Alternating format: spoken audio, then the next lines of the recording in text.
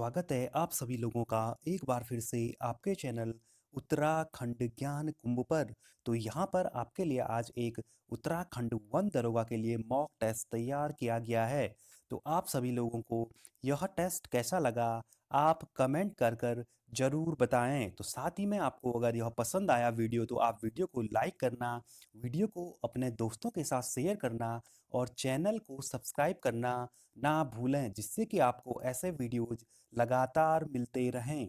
तो आइए शुरू करते हैं आज का आपका पहला प्रश्न।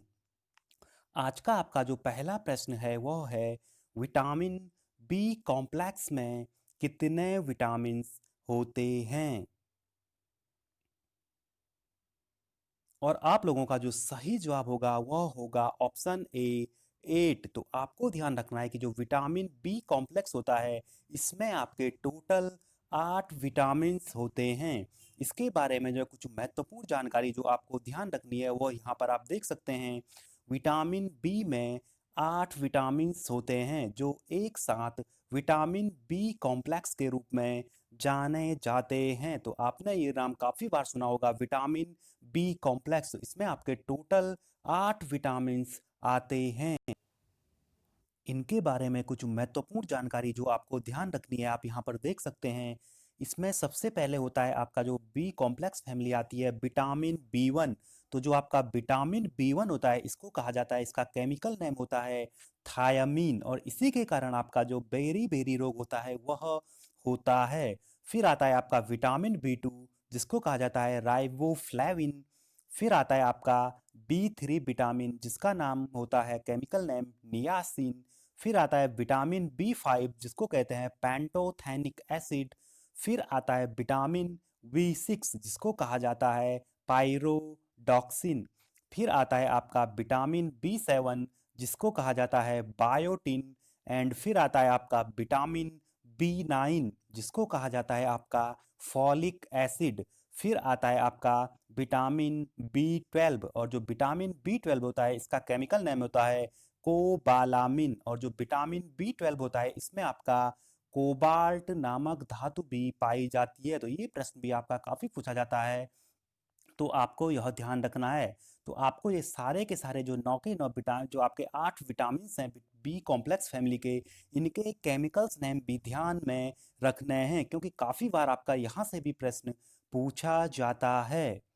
फिर आपका जो अगला प्रश्न है वह है, गुरुत्वीय तरंगों का पता लगाने के लिए सर्वप्रथम किस उपकरण का उपयोग किया गया था?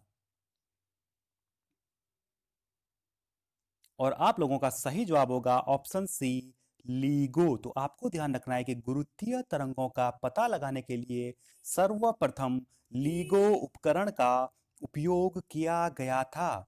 और अगर आपसे पूछा जाए लीगो की जो फुल फॉर्म के बारे में, तो इसकी जो फुल फॉर्म होती है वह होती है laser interferometer gravitational wave observatory. तो ये आपको लीगो की फुल फॉर्म भी ध्यान में रखनी है। फिर जो आपका जो अगला प्रश्न है वह है, निम्न में से कौन समभारिक युग्म का उदाहरण है? तो आपको बताना है कि इन चार में से वह कौन सा पेयर्स है जो एक समभारी गुण को दर्शाता है। और आप लोगों का जो सही जवाब होगा वह होगा ऑप्शन बी कैल्शियम व आर्गन। तो यहाँ पर जो कैल्शियम व आर्गन का पेयर है यह समभारी गुण को प्रदर्शित करता है। तो अब ये समभारी होता क्या है, तो आप यहाँ पर देख सकते हैं, तत्वों के वे परमाणु जिनके परमाणु द्रव्यमान तो समान होते हैं लेकिन उनके परमाणु क्रमांक अलग अलग होते हैं, उन्हें समभारी कहा जाता है। तो आपको ध्यान रखना है कि समभारी वह होते हैं जिनके परमाणु द्रव्यमान तो समान होते हैं लेकिन परमाणु क्रमांक आपके अलग अलग होते हैं। तो जैसे कि यहाँ पर आपको दिया गया था, आप देख सकते थे आर्गन एंड कैल्शियम। तो जो आपका आर्गन होता है उसका होता है जो परमाणु द्रव्यमान देख सकते हैं यहाँ पर 40, और जो कैल्शियम है इसका भी आपका जो परमाणु द्रव्यमान है वह 40 है, और दोनों के जो परमाणु क्रमांक है आर्गन का 18 है और कैल्शियम का जो आपका परमाणु क्रमांक है वह 20 है। इसी के साथ आपको ध्यान रखना है, अगर आपसे कभी पूछा जाए एक होता है समस्थानिक। तो समस्थानिक जस्ट इसका उल्टा होता है। तो समस्थानिक में होता क्या है कि समस्थानिक में परमाणु क्रमांक तो आपके समान होते हैं, लेकिन उनके परमाणु भार अलग अलग होते हैं। तो ये छोटी छोटी चीजें आपको ध्यान में रखनी है।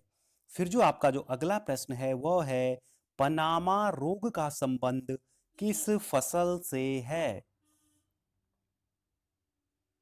और आप लोगों का जो सही जवाब होगा वह होगा ऑप्शन ए, केला। तो आपको ध्यान रखना है कि जो ये पनामा रोग है, इसका संबंध केले की फसल से है। और इसके बारे में जो महत्वपूर्ण जानकारी आपको ध्यान रखनी है तो वह देख सकते हैं आप, पनामा रोग फ्यूजेरियम विल्ट, तो इसको फ्यूजेरियम विल्ट भी कहा जाता है। यह एक फफूंद जनित रोग है। तो आपको ये काफी महत्वपूर्ण चीज यहाँ से ध्यान रखनी है कि जो पनामा रोग है यह फफूंद के कारण होता है। तो आप सभी लोगों को अगर वीडियो पसंद आ रहा है तो आप वीडियो को लाइक करें और वीडियो को अपने दोस्तों के साथ ज़्यादा से ज़्यादा शेयर करें। जितना आप वीडियो को लाइक और शेयर करते हैं उससे हमें भी पता लगता है कि आप लोगों को वीडियो पसंद आ रहा है। तो आप अपनी प्रतिक्रिया लाइक और शेयर कर कर जरूर दें। फिर आपका जो अगला प्रश्न है वो है, कौन सा नियम प्रतिपादित करता है कि नियत दाब पर एक आदर्श गैस का आयतन प्रत्यक्ष रूप से निरपेक्ष तापमान का समानुपाती होता है? यहाँ पर ये तापमान होगा।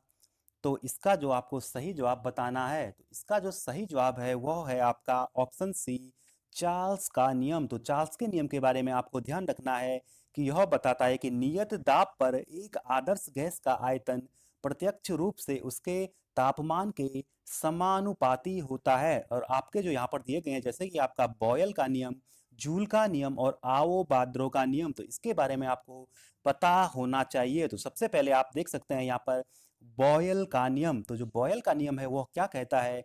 तो बॉयल के नियम के अनुसार नियत ताप पर गैस का आयतन दाब के व्युत्क्रमानुपाती होता है। तो आपको ध्यान रखना है कि बॉयल के नियम के अनुसार जो आपका कांस्टेंट टेम्परेचर पर जो आपका गैस होती है उसका आयतन उसके प्रेशर के व्युत्क्रमानुपाती होता है। इसके बाद जो अगला है जिसके बारे में आपको ध्यान में रखना है, तो आप यहाँ पर देख सकते हैं दूसरा है जूल का नियम। तो जो जूल का नियम है वह क्या कहता है? इसके अनुसार जब विद्युत तार में विद्युत धारा प्रवाहित होती है तो धारा प्रवाह के कारण इस तार में ऊष्मा उत्पन्न हो जाती है। तो इसे जूल का नियम कहते हैं। तो यह जूल के नियम के बारे में आपको ध्यान में रखना है। फिर इसी से रिलेटेड जो आपका अगला था वो था आवोगाद्रो का नियम। तो आवोगाद्रो का नियम कहता है कि समान दाब तथा समान ताप पर सभी गैसों के समान आयतन में अणुओं की संख्या समान होती है। तो ये सारी चीज़ें जो एक्स्ट्रा इन्फॉर्मेशन है ये भी आपको साथ में याद रखनी है। फिर आपका जो अगला प्रश्न है वह है, निम्न में से कौन सा नेत्र विकार मंद दृष्टि यानी लेजी आई के नाम से जाना जाता है?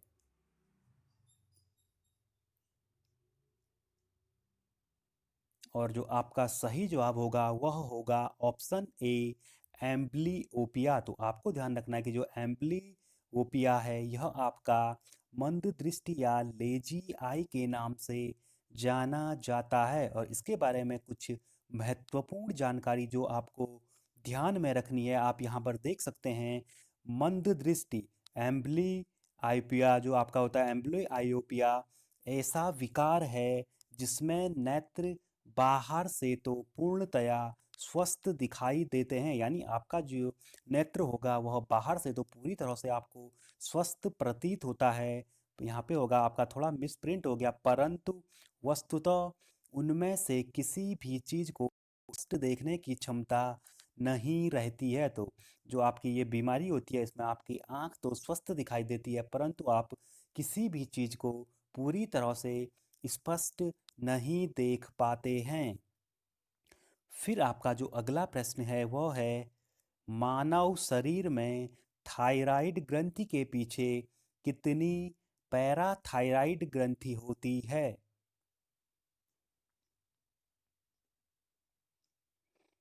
और जो आपका सही जवाब है वह होगा ऑप्शन नंबर डी, 4। तो आपको ध्यान रखना है कि जो मानव शरीर में जो आपकी थायराइड ग्रंथि होती है यह आपके गर्दन में होती है। तो इस थायराइड ग्रंथि के पीछे आपकी टोटल 4 पैराथायराइड ग्रंथियां उपस्थित होती है। और जो थायराइड ग्रंथि होती है इसके बारे में कुछ महत्वपूर्ण जानकारी जो आपको ध्यान में रखनी है वो कुछ इस प्रकार से है।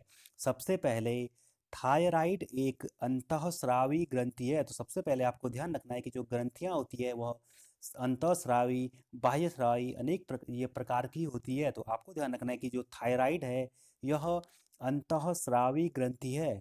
यह ग्रंथि T3 और T4 नामक हार्मोन्स बनाती है। तो अगर आपसे कभी पूछा जाए कि T3 और T4 हार्मोन्स कहाँ से स्रावित होते हैं तो यह आपके थायराइड ग्रंथि से स्रावित होते हैं।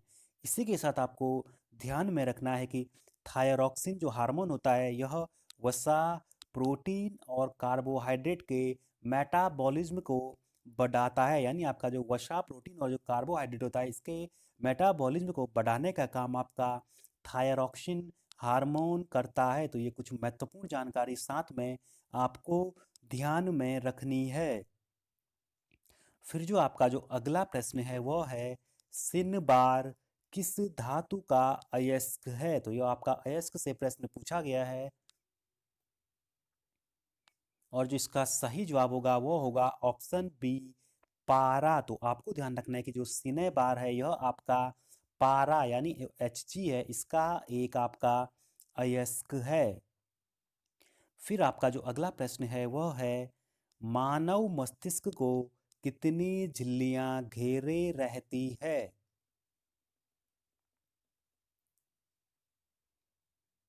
और जो इसका सही जवाब होगा वो होगा ऑप्शन ए, 3। तो आपको ध्यान रखना है कि जो मानव मस्तिष्क होता है इसको टोटल 3 झिल्लियां घेरे रहती है। ये 3 लेयर्स में आपका डिवाइड होता है।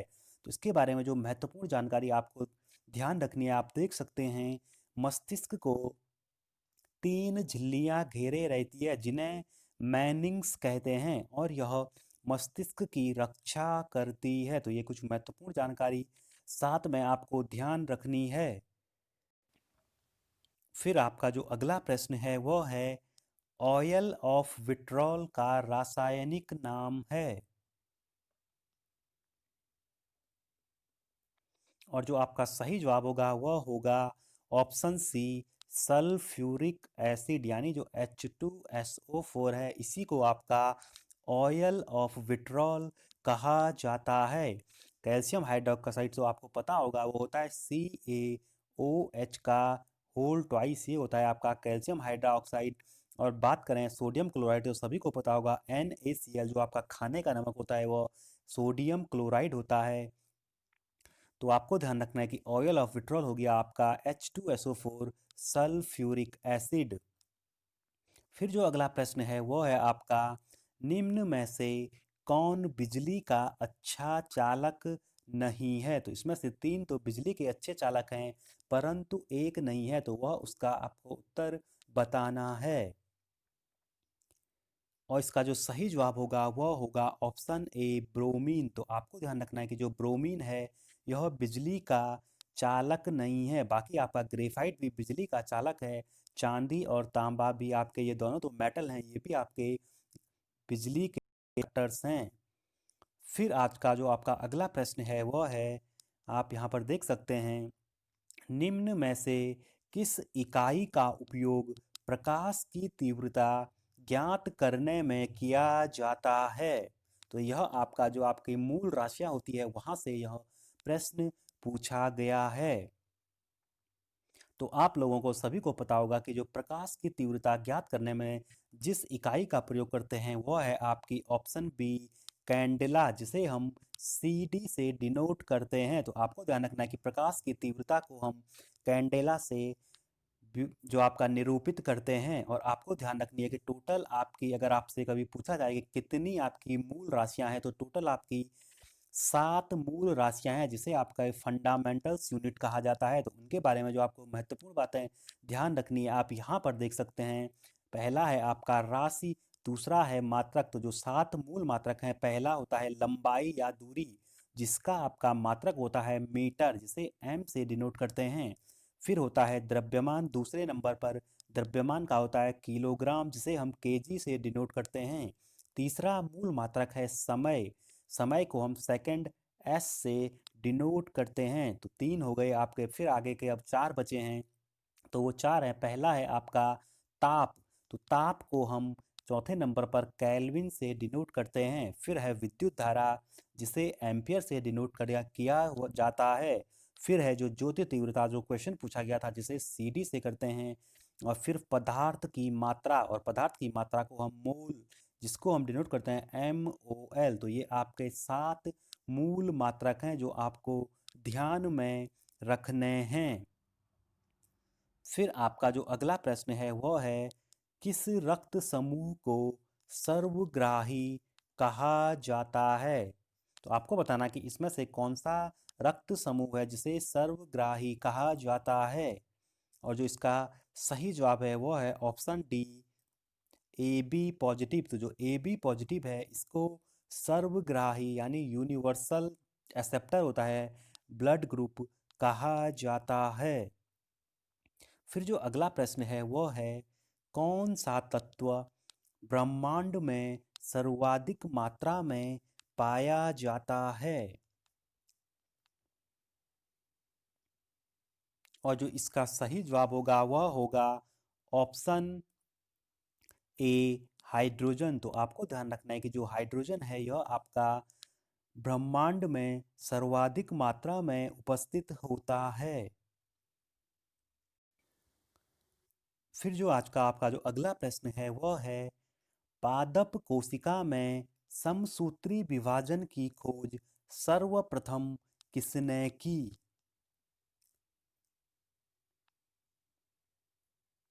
और जो इसका सही जवाब है वह होगा ऑप्शन सी, स्ट्रॉसबर्गर। तो आपको ध्यान रखना है कि जो प्लांट सेल यानी जो पादप कोशिका होती है, उसमें समसूत्री विभाजन, जिसको इंग्लिश में माइटोसिस कहा जाता है, तो माइटोसिस की खोज करने का श्रेय स्ट्रॉसबर्गर को जाता है। और इससे संबंधित कुछ महत्वपूर्ण जानकारी जो आपको ध्यान रखनी है, आप यहाँ पर देख सकते हैं। पादप कोशिका में समसूत्री विभाजन की खोज सर्वप्रथम स्ट्रॉसबर्गर ने की। और अगर आपसे पूछा जाए कि जंतु कोशिका में समसूत्री विभाजन की खोज किसने की सबसे पहले, तो उनका नाम है वॉल्टर फ्लेमिंग। तो ये दो काफ़ी महत्वपूर्ण प्रश्न है कि पादप कोशिका में समसूत्री विभाजन की खोज करता है स्ट्रॉसबर्गर, और जंतु कोशिका में समसूत्री विभाजन की खोज की सबसे पहले वॉल्टर फ्लेमिंग में।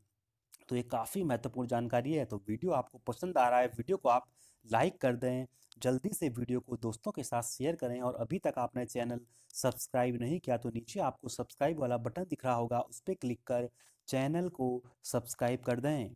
फिर आपका जो अगला प्रश्न है वह पूछा गया है, छोटी आंत की भीतरी दीवारों पर हजारों अंगुलियों के आकार की अधोसंरचनाएं पाई जाती है, जिन्हें कहा जाता है।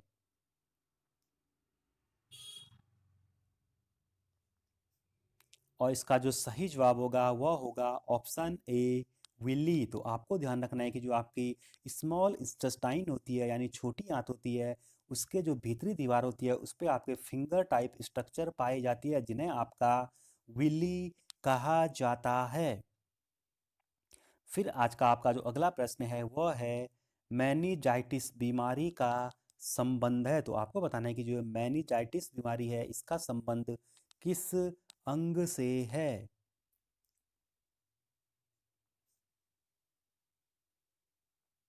और इसका सही जवाब होगा ऑप्शन डी, मस्तिष्क से। तो जो ह्यूमन ब्रेन होता है उससे संबंधित है आपकी मेनिंजाइटिस बीमारी। फिर आज का आपका जो अगला प्रश्न है वह है, मनुष्य के लीवर में कौन सा विटामिन स्टोर रहता है? तो आपको बताना है कि मनुष्य का जो हृदय होता है उसमें आपको कौन सा विटामिन स्टोर रहता है। Option A vitamin A, option B vitamin B, option C vitamin C, option D vitamin E. तो आप सभी लोगों का इसका जवाब कमेंट कर कर कमेंट बॉक्स में देना है।